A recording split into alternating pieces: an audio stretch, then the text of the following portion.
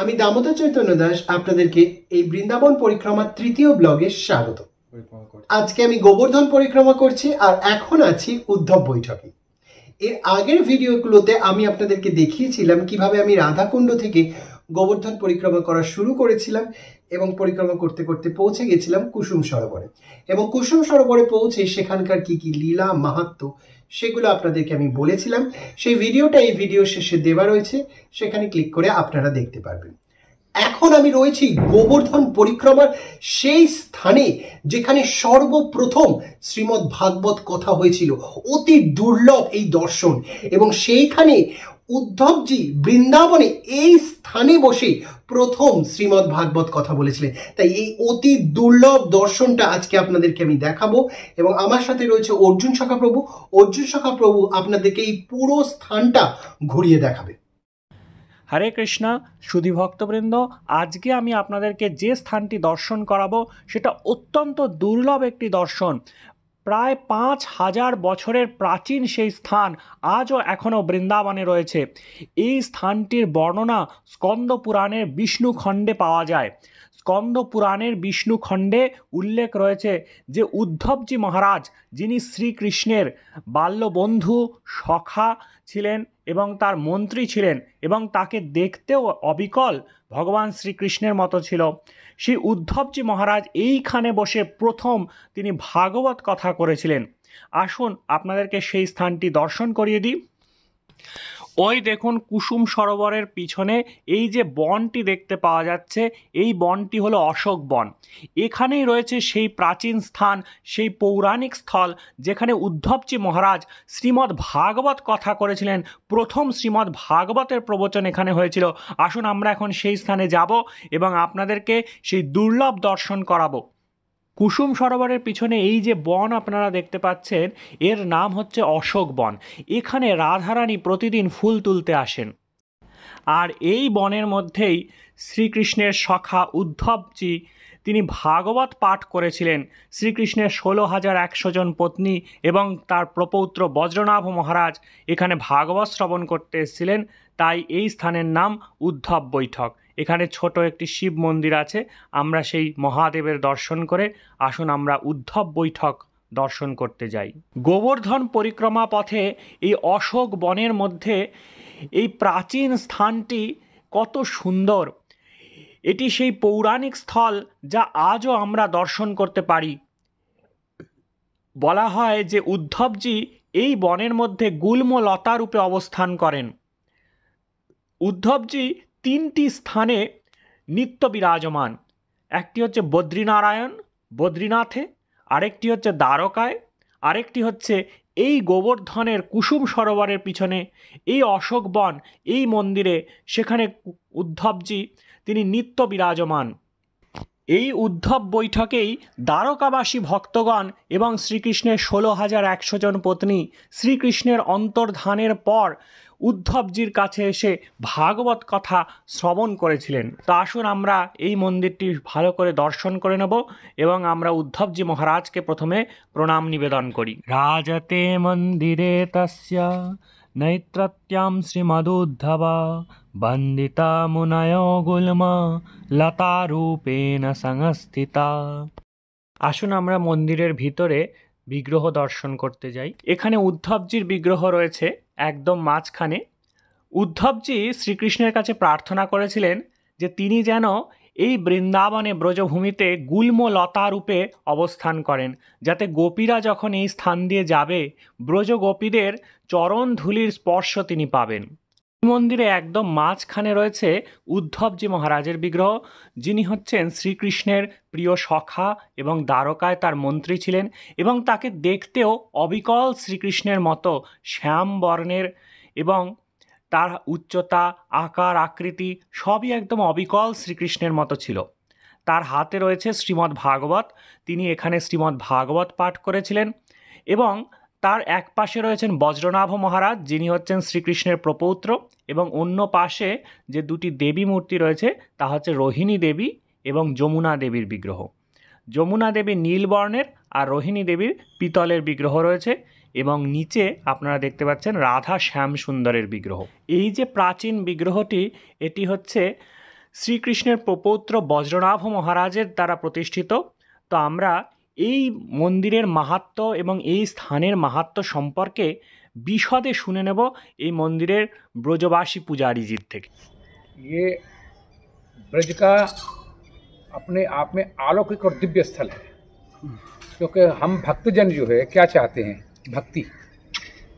और ये जो जिस स्थल पर आप खड़े हुए हैं, ये भक्ति की चरम, जिन्होंने भक्ति को बताया कि हाँ ब्रज में क्या है, आशा महो चरण ऋण दशा महनश्याम वृंदावनम किमपि गुलमलता सिद्धिनाम, जिन्होंने जो श्री कृष्ण के साथ रहते थे, श्री कृष्ण के मिनिस्टर थे, मंत्री थे, श्री कृष्ण के चचेरे भाई थे, सखा थे, श्री कृष्ण जैसे स्वरूप में थे, क्योंकि गोपियाँ पहचान नहीं पाई, पंख नहीं थे, एक जैसा लग रहा था।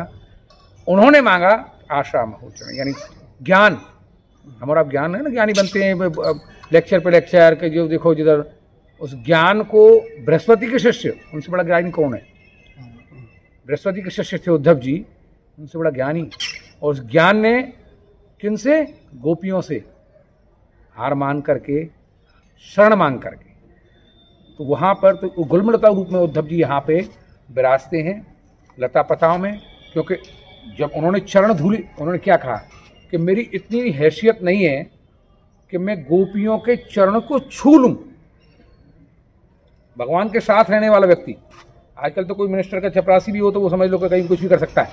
जो स्वयं भगवान के साथ है, मथुरा में रह रहा है, द्वारका में रहा है, तो क्या कह रहा है कि मेरी इतनी हिम्मत नहीं कि मैं गोपियों के चरण को छू लूं, रेण उनकी धूल ही मिल जाए मुझे सर पे, चरण धूल। तो वो कैसे मिलेगी? कि इसमें खास लता पता के रूप में यहाँ, और यहीं पर श्रीमद् भागवत का प्राकट्य है।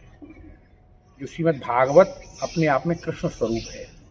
श्रीमद् भागवत कृष्ण है, स्वयं कृष्ण है, जो उद्धव जी को प्रदान किया गया अपना स्वरूप उद्धव जी को।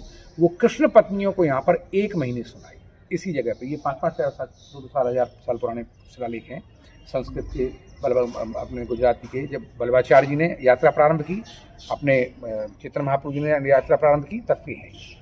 तो ये मतलब है कि अपने जो विग्रह उद्धव जी का, वो बजनाभ जी के द्वारा पधराया हुआ है। ब्रज में जितने भी स्थल हैं, वो जो अपने 4 देव हैं, हरदेव गोविंद ये, और अब तो बजनाभ जी के द्वारा पधराए हुए हैं। भगवान के जाने के बाद में फिर यहाँ कुछ नहीं था, क्योंकि जितने भी पार्षद थे, घास फूस पत्ता पेड़ गऊ जो भी थे, सब दिव्य थे। तो भगवान जब छुप गए, उनकी लीला अपने उधर चले गए, तो वो सब अपने अपने धाम को चले गए। उनको फिर वहाँ सर्विस देनी थी, द्वारका में जाके भी देना था। भाई यमुना जी वहाँ, रोहिणी कालिंदी, ये सब यहाँ से वहाँ चली गई अष्टसखी।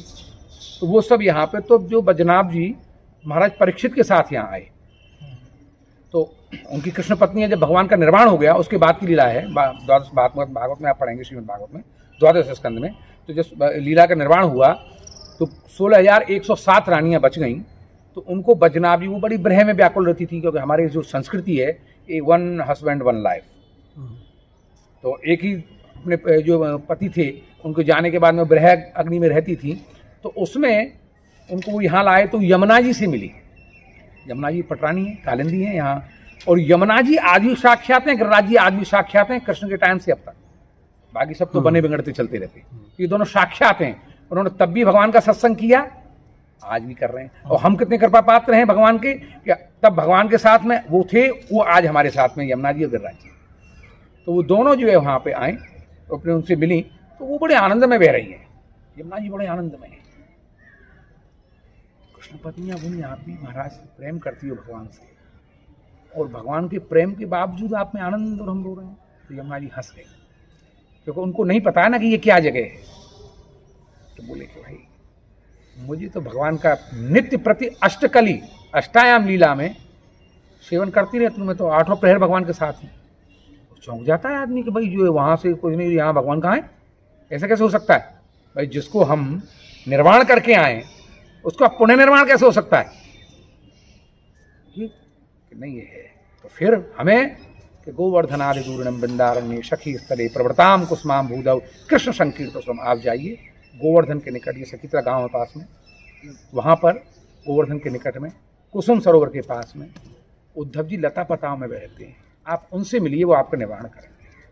तो सब यहाँ आई 16,107 रानियाँ, बजनाभ जी और अपने महाराज परीक्षित। यहीं से परीक्षित जब वो उन्होंने कीर्तन किया, अब आप लगा सकते हो भगवान कृष्ण की पार्षद जो पटरानियाँ थी, जब उन्होंने कीर्तन किया तो क्या अलौकिक दिव्य कीर्तन होगा। वो कीर्तन तो अपने आप में बहुत बड़ी बात है। वो तो सब पारंगत थी, 110%, 1000% और कोई माइनस तो था ही नहीं, सब प्लस ही प्लस थी वो। तो उन प्लस ने आकर के 16,107% प्लस, और फिर बजनाभ जी उनके पार्षद, कितना प्लस में कीर्तन हुआ होगा यहाँ पे। तो उद्धव जी आ गए यहाँ, क्योंकि जब कीर्तन में रोमांच आता है ना, जो रोमांच है वो उद्धव स्वरूप है। जो हमें जो कीर्तन में, क्योंकि भगवान ने कलयुग में उद्धव जी को बनाया है भागवत स्वरूप। तो कलयुग में भगवान, जैसे हम राम कथा कहते हैं हनुमान जी आते हैं, कृष्ण कथा में उद्धव जी आते हैं। सोचना पड़ता है, सब अब ऐसा चल रहा है। तो उद्धव जी का रोमांच जो होता है ना, उद्धव जी का आता है, भक्ति का रोमांच आता है। भगवान जी उद्धव जी आए, उन्होंने ये प्रणाम किया बजनाभ जी को। क्या है कि भाई ये समस्या है, हमारी माता जी जो है सब बड़े व्याकुल हैं। तो उनका मुझ पर तो एक ही चीज़ है, भगवान कृष्ण का भागवत मुझको दे गए। तो भागवत का उन्होंने 1 महीने यहाँ पर श्रवण कराया कृष्ण पत्नियों को। तो उसमें ऐसा दिया गया है भागवत में कि जो रामानुरागी थे, कृष्ण रागी थे, जो नारायण अनुरागी थे, वो सारे लोग आए। क्योंकि पहले ऐसा नहीं था ना कि गूगल पे आपने लाइव कर दिया तो सब घर बैठे देख लो। पहले नारद जी लाइव करते थे, वो 5G थे, वो सब जगह मैसेज भेजते थे, भाई वहाँ कथा हो रही है। तो ऋषि मुनि वगैरह सब एक जगह एकत्रित हो जाते थे, तो एक अलग माहौल बनता था। तो उन्होंने जब यहाँ किया तो यहीं से परीक्षित को तो भाई कली का प्रथम प्रहर आ गया है, ये यहाँ बाधा डालेगा तो आप उसको रोको। तो मुर्गे मारा, मैं आपका टाइम आएगा जब आपको भगवान करेंगे। तो परीक्षित जी ने सुखदेव जी के द्वारा 7 दिन में सुनी श्रीमद् भागवत, लेकिन 7 दिन में उनको क्या मोक्ष, मोक्ष के लिए तो सुना उन्होंने कि भाई काली खाएगा जो है तक्षक तो मोक्ष होगा, लेकिन यहाँ कृष्ण की प्राप्ति। तो सारे जो गोपियाँ कृष्ण पत्नियाँ थीं वो भगवान कृष्ण में यहाँ पर प्रीत थी। तो ये श्रीमद् भागवत का प्राकट्य है। हाथ में श्रीमद् भागवत है, ये बजनाभ जी के द्वारा ही पधराए हुए हैं। इधर यमुना जी रोहिणी जी हैं, ये बजनाभ कृष्ण के पोते, और ये राधा श्याम सुंदर है। राधा श्याम सुंदर आपने देखा होगा, हमारी श्री जी इधर है और भगवान इधर है, जबकि सब जगह इधर है और इधर है। ऐसा क्यों?